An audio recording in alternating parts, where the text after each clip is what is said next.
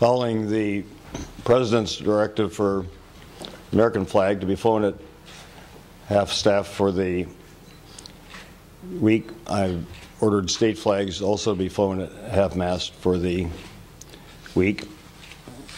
I join with everyone else in expressing my deepest condolences to the victims of this terrible atrocity in Arizona, to their families, their loved ones and friends. Pray for the swift and full recovery of Representative Giffords and others who were injured. This is a moment of great solemnity for all of us as Americans. It's not a matter of politics or partisanship. We're all Americans who love our country, who value the fundamental First Amendment right of freedom to assemble, to engage in civil dialogue and respectful disagreement about the important issues affecting all of our lives. It's so fundamental to the protection of that basic right that the mother and father of a 9-year-old girl can send her with friends to see her congresswoman speak on a public street corner and believe with assurance that that little girl is going to return home safe and alive. So when that basic fundamental right of citizenship is violated, it's a threat to all of our constitutional rights and to the security that we all depend upon. And as it applies to this Capitol facility, which is the people's capital, I've met this morning along with the Lieutenant Governor and with the officials responsible for providing for the safety of the public and all of the public officials and all of their staffs who work here. And we are going to ask the leadership of the legislature, the Speaker and the Majority Leader, the 2 minority leaders or their designees to get together with us as soon as practical this week to meet with the officials responsible for Capitol security, to review the current policies and procedures, and to collaboratively, all of us, determine if there are any improvements that are necessary.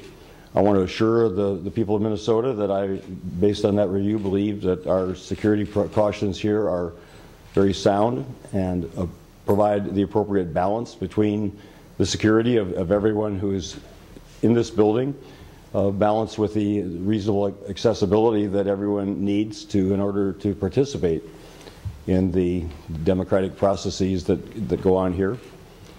And I call on everyone who is a participant who walks into this building, into this Capitol complex, to recognize their individual responsibility to conduct themselves in a respectful and responsible and lawful manner, and to accept that it's inherent in a democracy that different points of view are going to be expressed, and that they need to be honored and they need to be respected, and that the physical safety of everyone in this building will not be compromised to allow anyone to engage in their expressions of political dissent.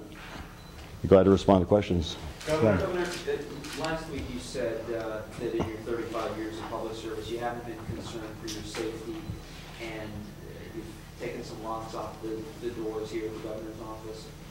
Do you stand by that, and does security need to be increased in light of Saturday? I do stand by that. And I think we're fortunate to live in Minnesota where there's a more respectable level of political discourse. And you know, I don't think we can make any conclusions about the motives or what drove this individual on last Saturday to commit such a terrible act. And you know, again, it's crucial to strike a balance between reasonable security for all of us who are in here, the press and the staffs and the public, as well as those of us who are elected or appointed officials, and yet allow for access. I mean, I think it's important to remember that this incident on Saturday occurred on a street corner. And you know, so that any time any of us who are public officials go out in the general public, as I intend to continue to do, just as I did before, there's that element of risk, and that's why, again, we ultimately depend upon the civility that's established as a norm in our society, and people's individual responsibility to respect that. But Governor, your comments do suggest there might be a link between political rhetoric and possible risk and violence. Do you believe that political rhetoric does have an effect on something like happened in Arizona and could happen here? Well, I stand by what I posted on my Facebook yesterday. I said, when political extremists incite disturbed people to commit violent atrocities, honorable public servants like Representative Gabrielle Giffords and Federal Judge John Ball, and innocent children like Christine Green are among the victims. That vitriolic political rhetoric must stop now. And I'd also reference a quote I read yesterday from the sheriff of Pima County, Arizona, which encompasses Tucson. That, quote, all this vitriol in recent discourse might be connected to Saturday's shootings. He told reporters, this may be free speech, but it's not without consequences. Again, I don't think this is a political matter or a partisan matter. I think that all of us, all the political parties who engage in political debate and dialogue, which is what's called for in our society, love our country and respect the proper boundaries of that civil discourse, and those few as they may be on whatever side of the political spectrum who incite through words or suggestions or actions anyone to act outside of the law in a way that violates anyone else's right to free expression and their physical safety should be held fully responsible under the law. Is there any chance? And I may just correct, I should have said John Rawl, not John Ball, I misspoke, the federal judge. Is there any chance, in view of the huge deficit that you and the legislature are facing now, that any additional funds would be committed to capital security during this session? That's what I would like to convene the legislative leadership and review. As I had an opportunity to do this morning, the legislature last session committed $1.2 million of additional capital expenditures, capital AL expenditures, the capital OL, and that work is in process. I think what's essential is that in the normal conduct of the public's business, which means the walkways, the underground connections to the garages and like, that the public who's parking and coming and going, and the staffs and the press and everyone else has protection through from the kind of unfortunate occurrences that do occur in our society. And I think the incident like Saturday of a violent act of extremism, whether it was politically motivated or not, is to be determined, is something that we will guard against with every reasonable precaution, while at the same time recognizing that it's imperative that public have free access to all of our ongoing proceedings and deliberations. I don't intend to change the way I conduct my public business, either within this building or outside this building. So you say that you're not going to be changing the way you do business. What about what happened last week with the press conference, allowing everybody in the room? That was certainly different. Is that sort of style going to change in light of this, or they're not connected? Well, I asked Capitol Security, and they said they were also surprised by the number of people that came last week with the protest signs. They said their policy and protocol heretofore has been that signs without sticks are permitted, signs with sticks are not. They said, and again, they have the reference of time that I don't have here. This is literally our first day non-ceremonial on the job here.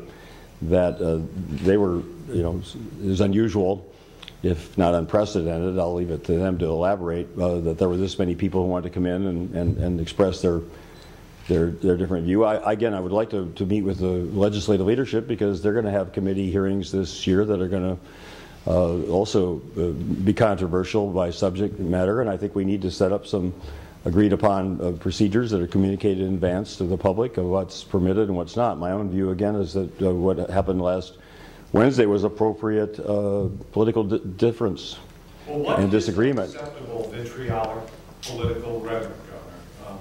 What is that? Well, again, I don't know that I can state what my view is. is that any rhetoric that encourages or incites people to commit violent, illegal acts that threaten the physical safety or would suggest that someone should be murdered or assassinated because of their political views is far beyond the bounds of acceptable political dialogue. How about targets on a website, Sarah Palin? My personal view is that that is beyond the pale of appropriate political discourse, and that the suggestion with a crosshair over someone's name is that somebody should act as is suggested by that image to commit a violent physical act against that person. That's my personal view. Governor, have there been any changes in your security details No. for Saturday? No. Governor, do you have a deadline in mind for this joint security review? When do you expect it to come through and make recommendations in a formal report or something?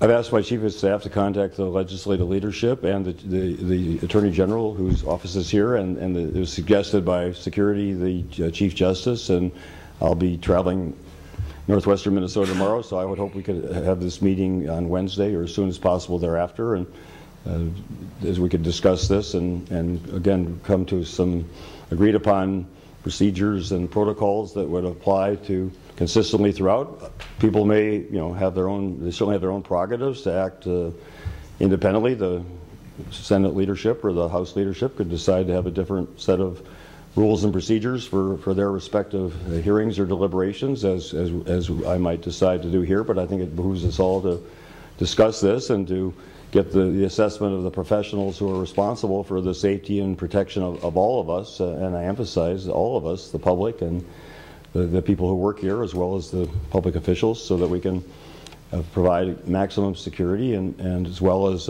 maximum access. Just a quick follow-up on the press conference. Do you think that in light of what happened on Saturday that, what we saw last Wednesday will or will not happen again, or you're not going to say one way or the other? Well, and if people are aware of a public event here in this room, the governor's reception room, and they choose to come here to express respectfully and responsibly, as they did last Wednesday, their disagreement with the initiative action being taken here, signing an executive order, for example, then I believe they have a right to be in this public space, as long as they conduct themselves in ways that don't threaten the safety of the others who are assembled.